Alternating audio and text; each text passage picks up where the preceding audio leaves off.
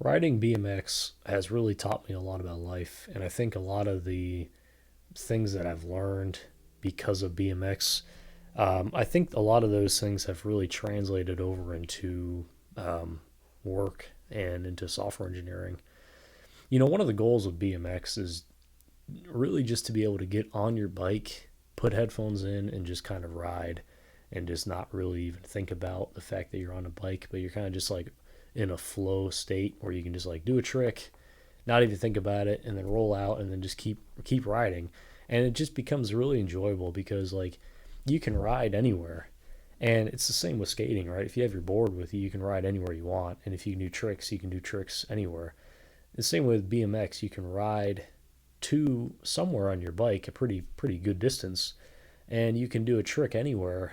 And when you do get to a state where you don't have to think about it, it becomes really enjoyable, and it becomes really like this unique hobby that you have that allows you to kind of like escape in something that offers you like you know uh, physical exercise, but also like mental. It's mentally challenging because you're always like challenging yourself to learn a new trick, or you're always like falling off your bike and you got to get back up, and it can be quite challenging. And I think that that challenge of getting into that flow state, of getting to the point where you can commit to doing a trick, and because you committed, you're gonna land it more. Probably you're gonna have a higher chance of landing it when you commit fully. Something about that really sticks with you, and I think that something about that for me has stuck with me more than things that I've learned in more traditional team sports like soccer. Not that soccer hasn't taught me a little bit about life, but something about BMX, in the sense that like BMX is a very individual sport. It's a very individual activity because like you are the only one who's going to be able to get on your bike and learn a trick. If you want to learn how to 360, it's a matter of just going outside and just practicing and falling off your bike and trying again and learning to commit to the trick. Because when you don't commit, that's probably when you're going to get hurt, because you're going to bail out early, your footing's going to be all weird, and you're probably going to fall backwards. But if you commit, you're probably going to be more willing to fully send into your turn, and eventually you're going to land it. And once you land it, something about your body, it just becomes muscle memory. It really does. Once you land it, you got it. Like it's the craziest feeling. Once you land it, once you land a trick, it's like you unlock like a new ability and you just never forget how to do it. Like I could get on my bike any day and do a 360. It's like it's as natural to me as just riding a bike is to most people. You just never forget it because it's like you've just developed that ability in your body, and your muscles just remember it.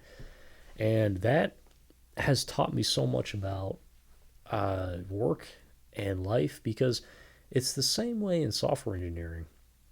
It really is. Once you learn how to do something, once you learn how to use dependency injection, once you learn how to make an API, once you learn how to make a website, whatever it is, like that just kind of sticks with you. And once you fully commit to learning it, once you fully commit to learning that like technology or framework or whatever skill it is, it sticks with you. It's like it gets burned in your mind. You just kind of remember it, and you really don't have to think about it. So like the ultimate goal for me with programming is like just to be able to turn music on and just kind of get in a flow state with programming, where I'm just kind of like making whatever it is I'm making, and I'm not really having to think about like the intricacies of like all the fundamentals of like what I'm doing, because I've already done that and I've already developed the muscle memory to make the system or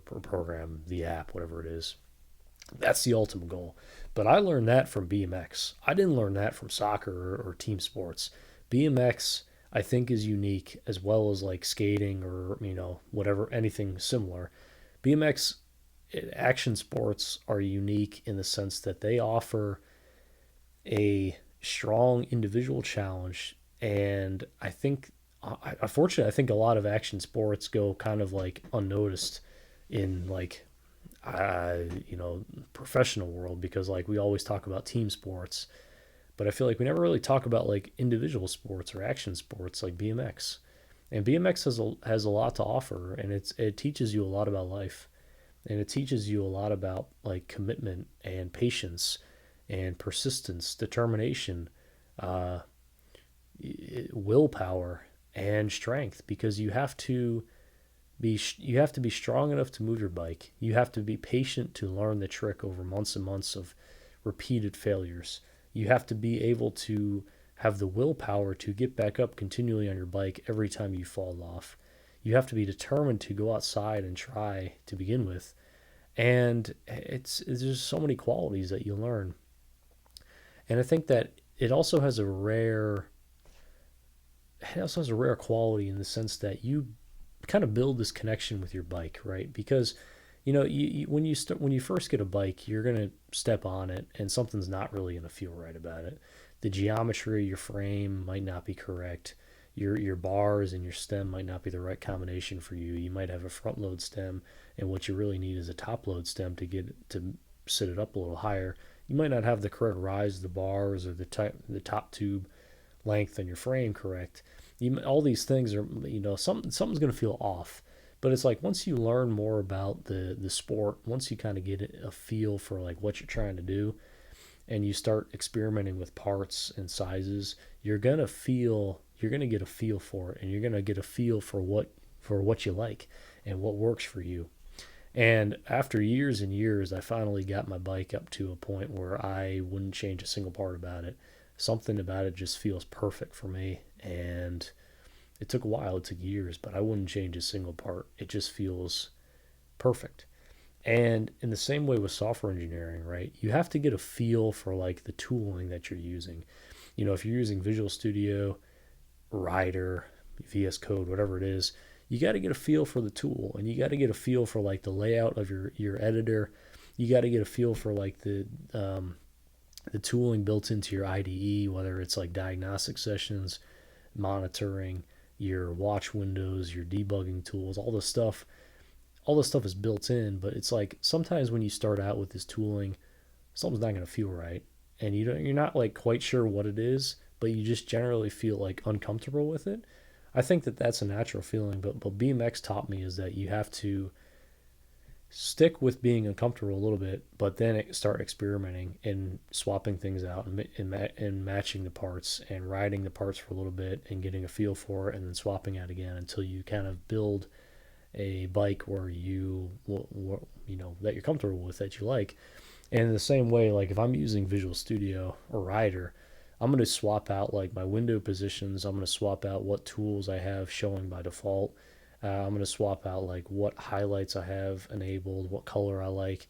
All these things that kind of seem like frivolous on the surface level. It seems like, you know, what does it matter? Like all just like customization stuff. But it really matters a whole lot, to be honest with you, because if you're not comfortable with what you're using, you're not going to write quality code. And in the same way, like if you're using a keyboard you're not comfortable with, or a mouse, like yeah, sure, you do the job, but are you going to enjoy it? Like are you going to actually like writing code if you don't like the stuff you're using, if you don't like the hardware? So it's kind of like an upfront investment to like get a keyboard and mouse that you're comfortable with, and also the upfront investment in time to customize your IDE to get it to a state where that you like. But honestly, it pays off, and I learned that from BMX. And I again, BMX is not like, I wouldn't say it's super popular, especially compared to traditional team sports like soccer or football or whatever. But I think that BMX, I'm talking about like going to skate parks and like freestyle and like that type of BMX. But I guess the same would be for like BMX racing. Um, BMX has a lot to offer. BMX has a lot of, I think, values that can only be found really in action sports. And I think that it's appealing to people because it does offer a level of challenge And it also offers a unique level of satisfaction when you are able to land a trick successfully that you know you've been working on for years or months. When you're able to do like I don't know, like maybe even a foot jam tail whip or land a feeble grind off a rail on a rail, or actually just be able to even just do a bunny hop. All that stuff is super satisfying, and it's fun because like all that stuff builds on each other, right? Because if you learn the first time you learn how to roll out from riding backwards, then you go to do a 180, and that same skill of rolling out translates into how you get out of a 180. Um, and then you can go to 360, and then you can try to do a 540 flat.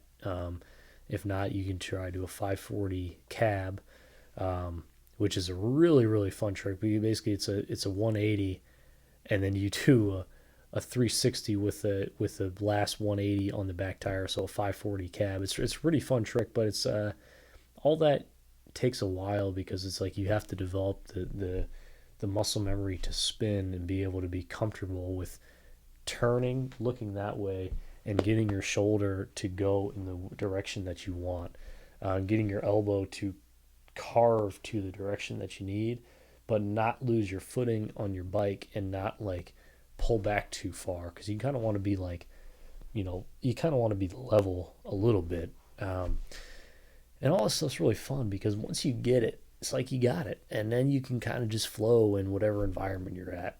And I don't know, that's the same way I see it in software engineering.